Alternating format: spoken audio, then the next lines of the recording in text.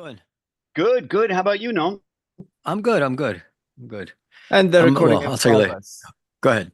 Yes. Hi, this is Hatem from Live America Podcast with two legends.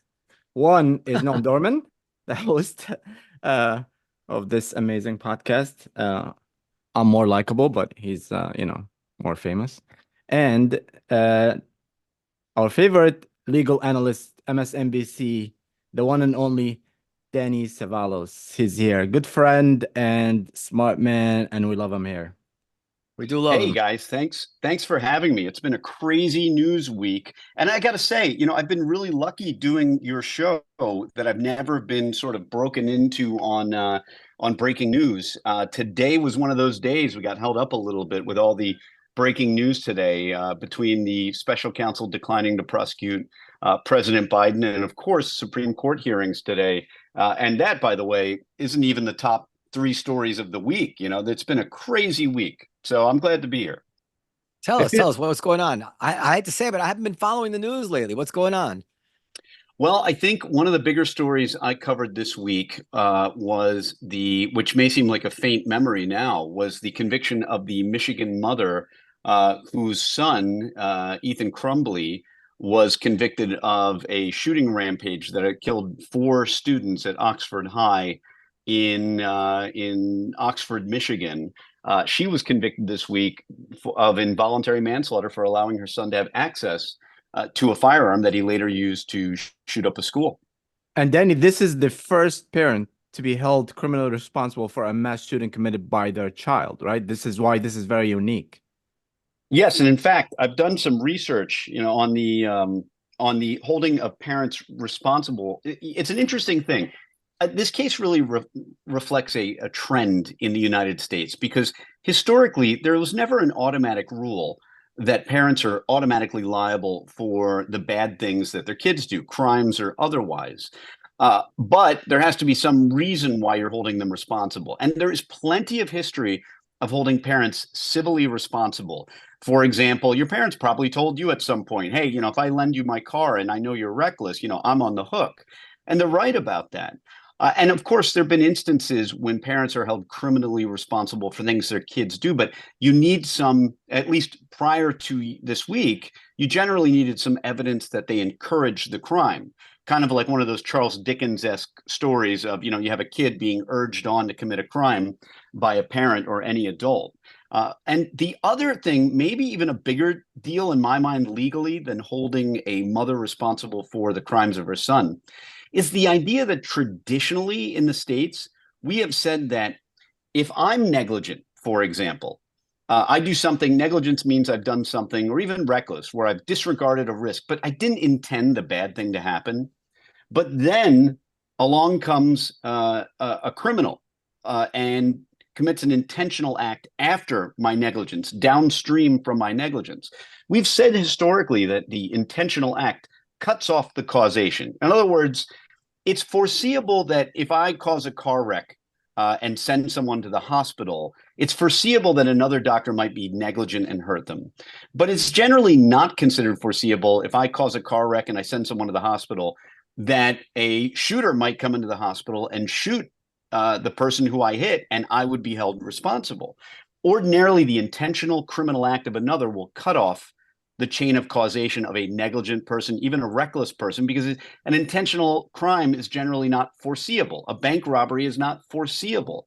A murder is not necessarily foreseeable. So I think to me, the bigger precedent this case sets, and it doesn't really technically set a precedent, it's just a jury's verdict. But the spiritual precedent this sets, I think, is this. It's that in America, we're so terrified of school shootings that we're willing to hold people responsible under circumstances that we might not otherwise hold them responsible. In this case, the issue was it foreseeable, the shooting? And I think the jury, and I got to talk to the jury foreperson yesterday, the conclusion was that at least, the jury focused on things like, hey, she let him have access to the firearm. They didn't really even focus that much on the mental health. But, look, whatever they focus on, the verdict is the verdict. And I think this is going to be, I think this is a spiritual trend in prosecution. I think we're going to see more of these because I think Americans are just so terrified of school shootings that we're going back to maybe a kind of I guess Noam's more of a historian than I am, but whatever cultures in history would punish, I believe maybe the Russians might do this, and ancient Russia, I don't know, kill the whole family member when one person does something wrong. I'm not saying kill anyone, but punish the parents for the sins of their child. I'm go ahead, no. No, I mean, I don't know and haven't thought about the legal arguments, but my gut says no. Civil, we understand. A crime because your child commits a crime, that seems like a bad path to go down. What if I give you these two facts? Does it affect your analysis if there was evidence that she had received multiple text messages from him evidencing mental health problems, and then number two, that they bought the child the gun and allowed him to have they didn't secure the gun, they allowed the minor child to have access to the gun with knowledge of his mental health issues? I get the argument. That's clearly a civil case. I think maybe the state should pass a law making it a crime to, a separate crime to allow someone with mental illness or whatever it is, some law. The crime should be giving the gun. But I like, as the point here, but the unpredictability of somebody doing something like that, it's just, I don't know. I haven't thought about it. It just rubs me the wrong way. I'll just throw this one more. I heard Hatem Gabr say this on his podcast recently, or in the last few days, and I thought this was a really interesting question, a law professor type question. And it was this: does this mean that we will see increased prosecutions? And this hit home with me because I've handled so many juvenile delinquency cases, and so many of those juvenile delinquency cases I think can be traced to not great parenting. That's just my personal opinion. But will we see in, say, urban or impoverished communities, if there is a shooting committed, and man, I had a lot of juveniles with firearms in juvenile court. Will we see the same prosecutions of parents whose kids commit maybe not mass shootings, but shoot one person in a robbery? And even if in a case where the gun was an illegal gun, not registered, and there's a case to be made against the parents if they knew there was an illegal firearm in the home. I don't know. It's an interesting thought experiment. Okay. My question is, now that I'm thinking about it, why is it the gun? In other words, from this, can't you then charge the parent with involuntary manslaughter for any careless action which they should have foreseen might lead to their mentally ill kid, killing someone, letting them out of the house at all? If they knew they you were make violent? a great point. I mean, this case, although the jury, I think, focused on the firearm, and by the way, the jury, as I understand it, was composed of firearm owners and non-firearm owners. And as I expected, according to the foreperson, the firearm owners were harsher on the mother than the non-firearm owners. That didn't surprise me one bit. That's interesting. Yeah, not one bit. I having grown up in Michigan, I was the only friend in my group that didn't own a firearm or know anything about firearms.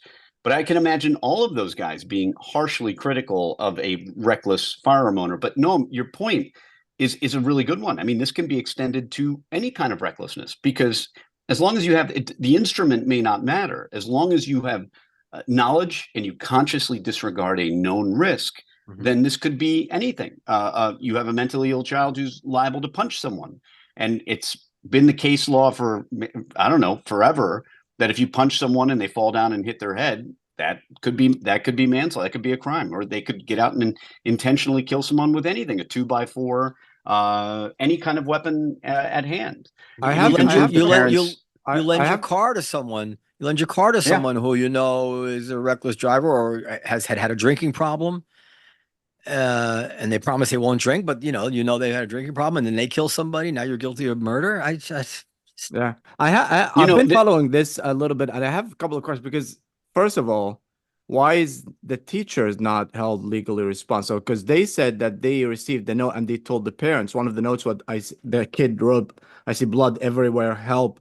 And they repeatedly told the parents about the problem. So why is the teachers or the people that were involved in the school not at all involved? And the second one, is that specifically for Michigan, like for Michigan law, or like It it would have been it's really not. It's not precedential anywhere, including Michigan, because it's only a jury's verdict. Now, what'll happen is when this case gets appealed, an appellate court will review it, and then you might have precedent because they'll decide the issues of law that the defendant raises in order to try and overturn her conviction. So it's not binding on anybody. A trial court's verdict is not binding on anyone except maybe the litigants. But once it goes to the appellate court, ironically, if it's overturned, then that would be binding. But even then, it would only be binding in Michigan. I think the precedent that everybody was talking about this week was mostly spiritual. You also asked about the school. I thought the defense should have focused more maybe on the school, because this happened on the day before the shooting. The parents were called because the son was looking up ammunition on his phone. The next day, the parents came in because they found those drawings you were talking about, Hatem, that he had drawn. I hear voices and drawing these gruesome images on his test. They brought the parents in, and the parents said, well, do we take him home or do we keep him? And the school was fine with keeping him. Yeah, that's so my point. And also the house is haunted. I mean, it's been the house for is a haunted long now. time. Right. So her testimony was, and I think this is where you get into it's a credibility determination, but her explanation of that was that it was a running joke in the family that he thought the house was haunted. And look, we all have jokes with our family. I always think, I don't know about you guys.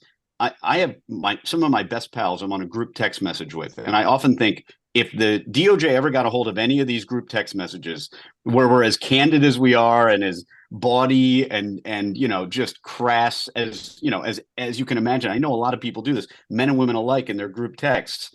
I'd be in a lot of trouble, and I'd have a hard time saying I was kidding. Can you include me? Can you include me on that group? Oh, I will. I would love to. I would enjoy that. So you don't think the teachers and the school, because it seems to me that the kids spend more time in the school than even in the house, and and it was not just like one or two warning and then all of a sudden happen. This has been going on for a while. So how do you not see, especially with everything going on with the school shooting and stuff like that, how do you not see red flags and you recognize that? How is the schools not responsible more than the parents, And that was her testimony, their approach. And they had they had a needle to thread here, right? Because they couldn't have her get on the stand. They called one witness, the defense, and it was the defendant. She couldn't get on the stand and say, oh no, I see now this is terrible. I wish I feel terrible. She had to basically get on the stand and say, I see all this evidence and I still don't think it's a red flag. That was the only path. And the jury, of course, could have interpreted that as being cavalier. And that was a real risk. But in a way, it was the only thing they could do, because if she got on the stand and said, I see now what we should have seen, this is terrible, then she's essentially admitting that these were red flags. She had to get on the stand and say they were not red flags. The poltergeist haunted house stuff, that was a joke. And when it came to the school said, we'll keep him after calling us in. Now, the difference was that they knew he had access to a gun, the firearm, or the parents at the school did not. And he unfortunately had it in his backpack during the meeting with the school and his parents. So that is a distinction to be made between parent and child, or parent and school. But I do think that, it was I don't think the jury struggled with this very much, but I thought they would, that there was a meeting where the school was like, yeah, he can stay, even though he's drawn all these disturbing pictures. So another one is, the parent took him to a shooting range, where he can shoot, The so mom did. Like you would think that, maybe they recognize that he loves guns or whatever, and they want to release that negative energy, which a lot of people do, Sure. Let's go shoot some stuff, or let's go play boxing or whatever, you know what I'm saying? Sure. So why was that held against them? Yes, no. No, we're gonna run out of time on this one issue. Go ahead. Sorry, Danny. Go ahead. Okay, so yeah, I'll just be brief. I think Hatem, I think that was I think if there's a message to be taken out here, I think that, parents beware, if you want to blow off steam, because I agree with you. I think that they were happy. I think on some level they were happy that this kid who was kind of a ne'er-do-well, or didn't have his act together, he had some interest, and that interest happened to be shooting. We would hope it would be something like Dungeons and Dragons, which is what I did in middle school, where nobody's really getting hurt except in your imagination. Yeah. But I think that's a subtle message, a takeaway from this case. So sorry, before we go now, the last question. What is the legal responsibility for parents right now? What's the legal duty for parents? Well, if the takeaway from this case is that you can't willfully ignore obvious red flags and then plus that allow your child access to a firearm. I think that's the takeaway. It's a very, very narrow, specific set of facts. It doesn't stand for the proposition that parents are always responsible for everything their kids do. Not at all. All right, no, next. No, go bring up the next issue. Go ahead. You want to talk about Trump? Well, let's do breaking news if you may. I mean, Robert Hur just came out with a report, a scathing report against Joe Biden. Are you seeing this? It's in the last hour. No. I can tell you a little about it. Yeah. Robert Hur was the special counsel who investigated Joe Biden for his retention of documents. And this is breaking as we speak. He just issued a 400 or 500 page report, which I covered on Breaking News with Lester Holt about an hour ago.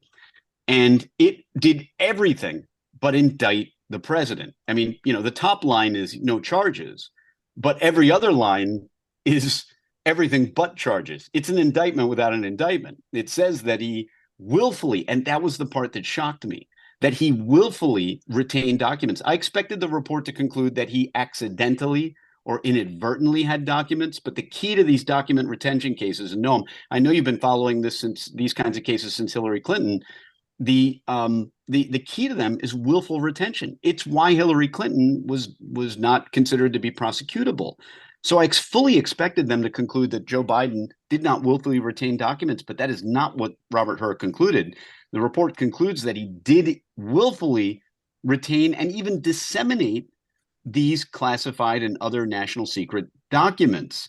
And the only reason that they do not recommend charges has nothing to do with the elements of the crime, but rather things that I would call mitigation, specifically that Joe Biden is, and I'm paraphrasing, but that he's such a doddering, forgetful, memory loss guy and such an old sympathetic figure that they couldn't get a conviction. I got to tell you, I was stunned to read that. I mean, as a criminal defense attorney, I just said this on air, but, it would be great for my clients if the prosecutor concluded, oh, he doesn't remember committing the crime. Oh, well, I guess we can't prosecute him. Fantastic. but that does not happen ever. Is that legal? This report is scathing. Well, if it's willfully, then why would it matter that he's old now? Well, he wasn't old when he did it. No, I agree. I mean, I listen, I understand mitigation. The report concludes that they don't believe they could secure a conviction because the defendant would be, I guess, likable. I'm trying to remember the wording, but that they would be sympathetic to Joe Biden. I mean, that is the proper analysis for a federal prosecutor. I have to give them credit for that. They have to consider whether they think they can get a conviction. It's just rare I see the inner workings. It's rare that I see a federal prosecutor conclude that because somebody is old and they don't remember committing the crime, that they can't prosecute them. That part to me seems a little strange. I didn't know about this, and I'm having the same reaction that you're describing as I'm thinking about it, and this stinks to high heaven because. And again, tell me if I'm wrong, and you'd be surprised. I really haven't been up on this stuff like I used to be, but this is not an ordinary crime. This is a crime where there's strong public interest, public policy reasons that these things must be prosecuted. These are classified documents, and there has to be, I would think that that's the kind of thing that if you're going to start prosecuting this crime, you have to do it across the board. You can't say, well, people, they don't, Trump's probably a less likable guy. So we'll probably get a conviction with him. But since Biden is more likable and he's old, we won't get a conviction with him. So we're not going to prosecute that. That's just not okay. And by the way, it's tremendously divisive. I mean, it's bad for the country. You can't sell that to the country. It just stinks to high heaven. Yeah, I think it's really problematic. But what's interesting to me is, I'm not a political expert, but I have to say, you remember in 2016 when this news broke, when James Comey called a press conference and said he wasn't going to prosecute Hillary Clinton for retention of documents or for emails. And that was mainly because it was not intentional. Yeah. It's really interesting to think how that derailed her campaign, may have cost her the presidency. I actually don't think it'll be a blip on Joe Biden. I think it'll be a major theme of Trump's campaign. I think they're going to make news, they'll make ads about it, but I don't think it'll land with the same power as the announcement by Comey as to Hillary Clinton. And I just think it's because that was a different era. I think it's, we're talking 8 years ago, and now nobody's changing their mind who they're voting for. Back then, people were persuadable, and now, it's fascinating that the conduct described by this report is far more egregious than Hillary Clinton's alleged conduct, and I don't think it'll affect Biden's supporters, or I don't think he'll lose one voter as a result of it. But I do think it's really problematic. And by the way, as a side note, isn't it concerning as a voter, or anyway a citizen, a constituent, that the leader of the free world is not being prosecuted because he can't remember anything? I mean, look, and in fairness, the White House is saying that's not true. That they're, Robert Hur, they're going to say, is a Republican prosecutor. And they're going to probably claim this is a political conclusion, that he can't remember anything. But if true at all, it sure is. It doesn't make me feel great about our commander in chief if the only reason he's not being prosecuted is that he's feeble and can't remember anything. Well, yesterday, I want to get to another thing, but yesterday was the first time. I've always kind of defended Biden on this charge of senility. Not kind of, I always did. I always felt that he was more just like a regular old person to me, which is slower, but like our grandparents were. But that didn't mean he was senile. It just meant he was a normal old man. He wasn't with it like Fauci, but he's, But yesterday, I saw a video where it appeared that he couldn't recall the word Hamas. He was like the opposition, and that my gut says, no, you know what? That's a bridge too far. You're dealing with. It reminded me when Mueller couldn't remember the infraction of conspiracy. Like, oh, no, that's too much, and it just seems like there's no way he's going to be able to serve 4 years. It's going to accelerate. So you can still vote for him, hoping that when it's time, there'll be a smooth transition of power to the vice president. But all of which is to say, there's never been an election where we were more clearly ought to be concerned, where we more clearly needed to be concerned with who the vice president was, and almost as if we should assume we're going to vote for some number of time with Biden and some amount of time with the vice president. Anyway. So can we talk about? Did you happen to see? Unless there's another breaking news thing. No. That's. I mean, other than the Supreme Court, which was all hearing today, but I am very fascinated with this notion of these states taking Trump off the ballot. And I was really shocked to read a piece by Akil Reed Amar, this Yale professor who I've seen in the past as being a kind of pretty brave thinker, saying that he thought these decisions were defensible. And two points. He says that the states ought to be able to decide for themselves what insurrection is, and then just take them off the ballot. I don't know if you read the piece. So I don't know if you want to. Have you thought deeply about this issue? Because if you have, I want to ask some questions about it. But I mean, I covered I listened to the hearings all day, and I can tell you, I mean, I listened to the oral argument all day today, and all morning rather. I was sitting actually in Supreme Court in New York, waiting for my case to be called and listening to the oral argument on my earbuds. First, I'll start with this. It's incredibly complex, so I'll try to distill it. I mean, it's easy for me to even get lost during oral arguments, which I find, very difficult because all the litigants are using shorthand for different cases that they've, memorized every word of, and us mortals, are trying to play catch up. But here's the thing. I think you're seizing on something. I think ultimately the unwritten, unspoken reason that the Colorado decision will be overturned is because I think the justices just can't. It's not workable to have states just be able to deem someone, whether by court or administratively, an insurrectionist, and just remove them from the ballot, especially in states, and I've lived in them, where you elect your judges, and you can have and I can tell you that there's quite a stark difference between elected and appointed judges.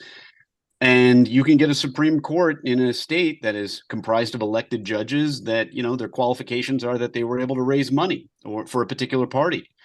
And so I think that's concerning. Now, there are a number of different legal principles we can talk about, but if we're going to step back and sort of talk broad strokes, I think that's something the court is struggling with. I think there's a good chance they may conclude that Trump is not an officer within the meaning of Section 3 of the 14th Amendment. And the reason I say that is it's one of the off-ramps for the Supreme Court that gives them a global resolution. In other words, if they find, for example, that under Colorado law, they didn't follow the law correctly, or more specifically, if they find that Colorado courts are not the appropriate place to make this determination, well, that doesn't answer anything about all the other 49 states. So the issue isn't settled. But if you decide that Donald Trump, as a matter of law, is not an officer within the meaning of Section 3 of the 14th Amendment, then it doesn't apply to him. And then all these cases go away. I still think that's a tough lift. It could go either way on that issue, but that is why I think the Trump team focused mightily on that issue and all but abandoned some of their other issues, including, is he or is he not an insurrectionist?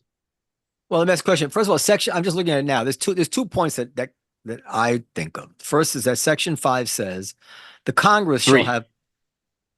No, I'm looking at Section 5 of the 14th Amendment. The last section says the Congress shall have power to enforce by appropriate legislation the provisions of this article.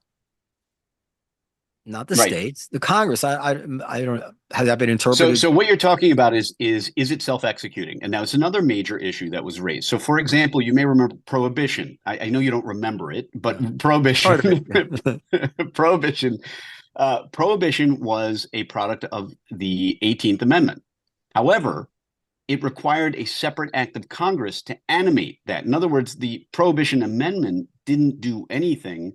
An act of Congress called the Volstead Act had to actually bring it to life. So one of the big questions today, and these things are so complex, is whether or not the 14th Amendment, Section 3, is self-animating, self-executing, or does it require an act of Congress? And you're seizing on Section 5, and that came up a lot during today's argument, is whether or not that Congress, this requires Congress to enact legislation, or is it simply self-executing? And so I think that there is an argument that it is not self-executing. Another argument is going to be that he isn't an officer. And when you look at Section 3, I know you have it up there, Section 3 lists specific offices that are subject to it, and the president is omitted. Now, when you look at the debates prior to enactment of Section 3, which debates shouldn't matter, it's only the text of the ultimate statute, or in this case, the amendment. There was discussion. Oh, well, we assume the president's in there because he's an officer. So, and Justice Ketanji Brown Jackson smartly, I thought, seized on this. She said, "Look, there's a list. I'm troubled by the fact that there's a list of people who this covers, and the president isn't in there. And you can say all these other officers, but even that is a tricky definition because there are instances where members of Congress act as officers if they're president pro tem, but they're not officers within the meaning of the Constitution." And I think a lot of this, as I think fairly Trump's counsel, I thought did quite a good job.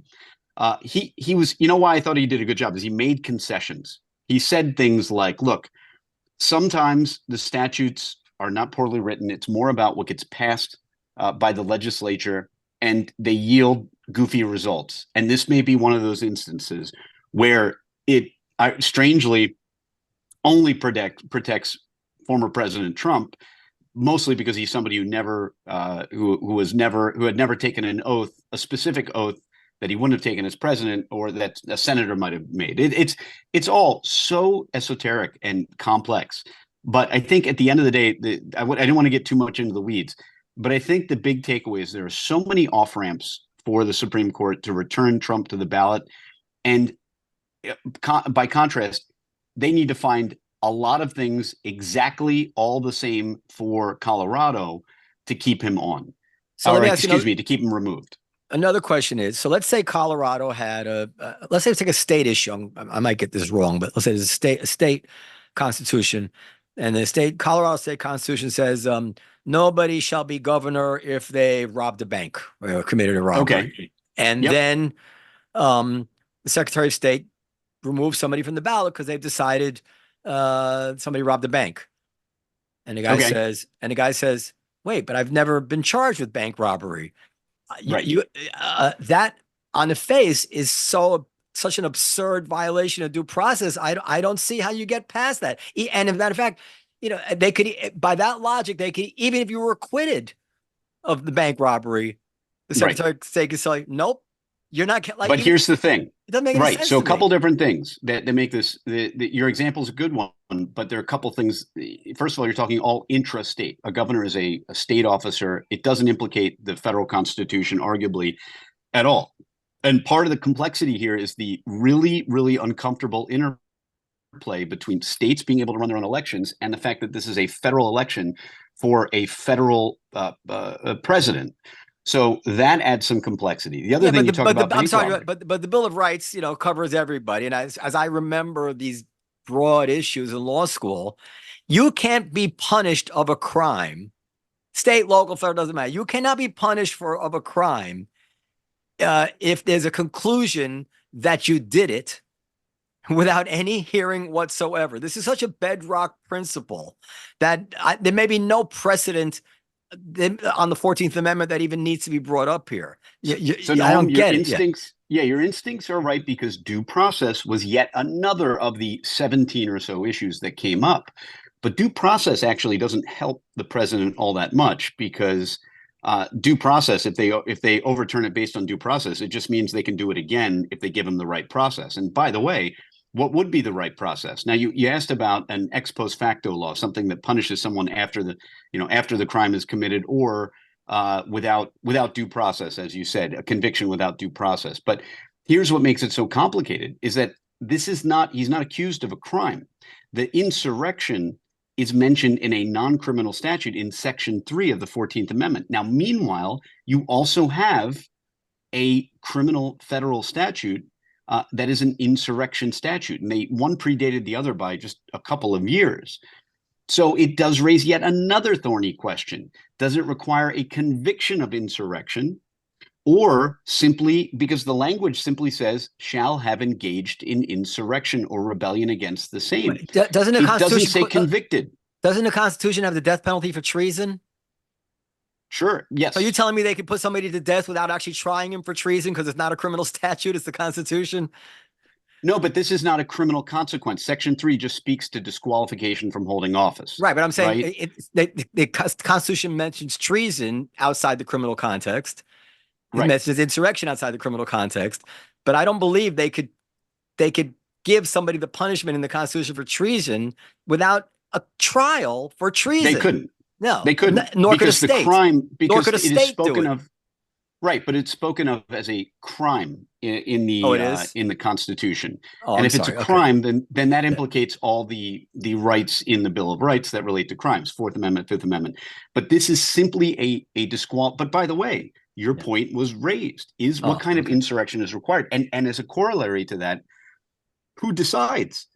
Who decides that someone engages in insurrection? If it has nothing to do with the courts, are the courts even involved? Or is it a Secretary of State? You notice the Trump team originally argued that this was a non-justiciable political question. In other words, it was not something the courts could decide, but that doesn't work for them either, because if you're Maine or any of these states, you say, oh, okay, so the courts can't decide I'm an insurrectionist. Fine, then the Secretary of State will do it. And that's exactly what happened. That's exactly what happened with Colorado and with Maine. Maine did it, and they concluded, hey, he's an insurrectionist, therefore we've satisfied our political question doctrine. So you're right. I mean, a major part, and this is one of Justice Kavanaugh's big lines, is who decides? And who decides if insurrection has been committed? The framers completely left us in the dark about that. But by the way, I should say the post-Civil War framers, this is a post-Civil War amendment.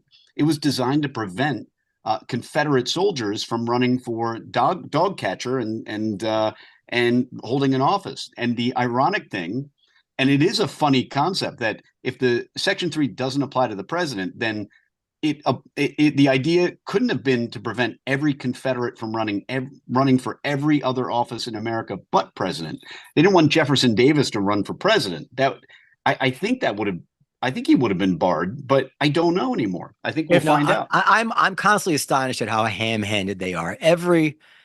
Not every, but many people look at this and they know exactly what's going on here. They see a hyper-partisan weaponization of the justice system against Trump in many different cases.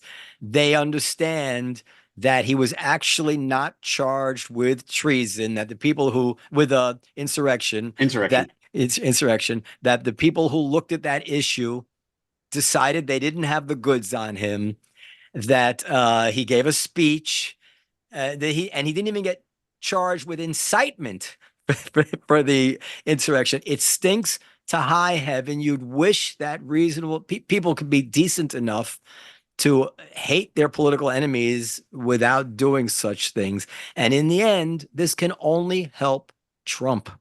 I agree. I do agree with you there. I do think in the end, this is only, I mean, I think the polls speak for themselves. I mean, I just saw Nikki Haley lost, I forgot the state. Nevada. That was my question, actually. Nevada lost to everybody, the field. I don't know. Yeah, that was actually my common question is if that happened and they keep Trump out of the ballot and, all the fields, like none of those candidate field is won every state. What happened then? And can the actually, I think you're talking about if he's then if you're talking about the disqualification, there's some really crazy things that start coming up. By the way, if Section 3 only disqualifies him from holding office, look at the title, holding office. There's an argument to be made that as a candidate, he's not even covered. He should be able to run, and then if he gets elected, he's disqualified. And then what Republicans, I think, would want to happen is he wins, and then Elise Stefanik or whoever is his running mate is automatically the president, which is a win for Republicans. So that's why you see them advancing and if it's legally strange sounding argument. And if it's legally, like none of these candidates won the state, like we saw in Nevada, does that make the number 2 in the ballot is the winner, or still, because they announced it as I don't know. Yeah. I don't know how Nevada does that. I don't know who's considered to be, to have. I mean, this is really just Nevada did say number 1 was none of those candidates. That's who won. Right. So but I mean, it's a primary. So it's right. It's a primary. So I don't know. I don't know what the net effect is, except that Nikki Haley. You obviously can't nominate at the Republican convention. You can't nominate no name. So I don't know how they deal with that. That's kind of outside of my realm. Somebody just sent me an email. In a conversation recorded at a rented property in Virginia in February 2017, a month after he left office, Mr. Biden told his ghostwriter he had just found all the classified stuff downstairs. And they said, Mr. Hurd said the exchange was the strongest basis for prosecution, but given the fact that Biden had grown accustomed to legally retaining documents as vice president, he might not have fully adjusted to the restrictions and believed he had the right to keep his personal notes based on President Reagan's retention of similar material for decades. Well, it's possible. I don't know if he knew about Reagan's retention. That seems a little charitable, but my feeling about this is that they all have been keeping classified documents. Somebody said my thought too. I think Obama said there are classified documents and there are classified documents, and they overclassify so many things that it's breeded a certain casualness and they should probably just start over from scratch and stop trying to get ahead on a pike and just lay down a law that makes more sense, because it's like jaywalking at this point. Yeah. I mean, you're right. I mean, to me, probably the strongest and the weakest case, I think the easiest case to make against Trump is the Florida documents case. But then I have these moments where I think, but should we really be running around checking everyone's documents? But didn't Trump also obstruct justice? Didn't he also obstruct by ordering people once they were asked for? Oh, yeah. Well, that's serious. Absolutely. Totally agree. Totally agree. And that's why this report goes to great pains to make a distinction between what Trump did in terms of learning that people were looking for the documents and then moving them around and hiding them, and what Joe Biden did. And again, the part that surprised me, that shocked me, was that they concluded that he did so willfully. I thought they would conclude that everything he did was inadvertent, and that part surprised me, I have to say. With all the Trump legal troubles now, like we've been talking about that for years and years and years and years, and he never get in trouble, and he always, because most of the time they like Noam say, they just not being reasonable. They just, So what do you think? Where we stand right now? Do you think Trump will get in trouble before the election legally or no?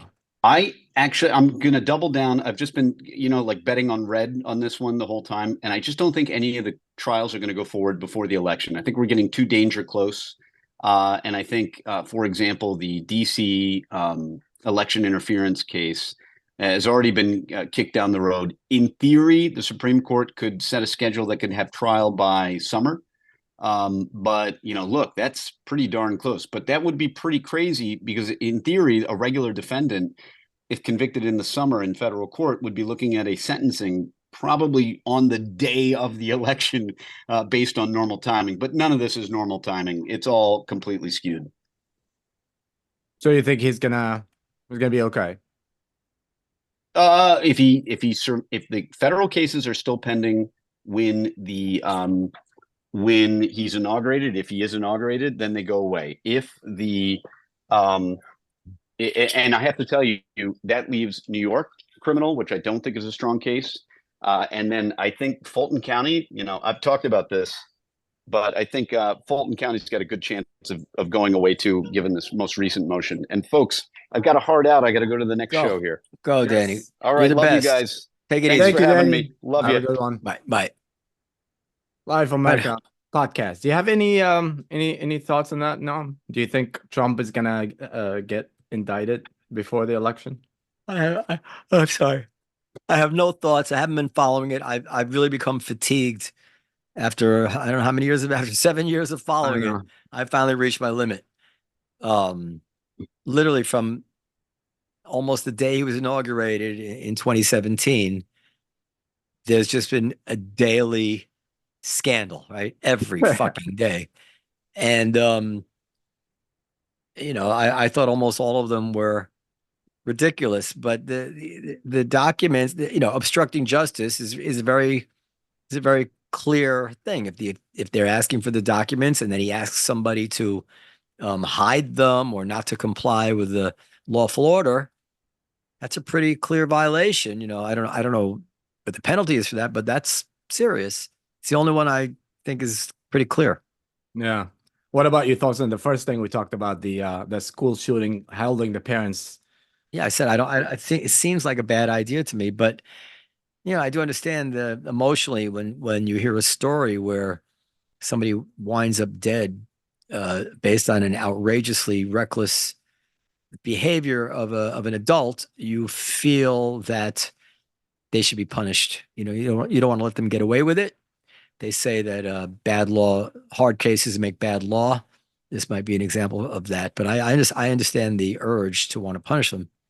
Yeah, I think it's a fight for it's the gun battle, legalizing of the gun. So they're trying to get another angle. I think they should be, for that specific case, but I don't know if they're gonna keep going like that, All right. All right. Let's wrap it up. We'll see you soon. Okay. Bye.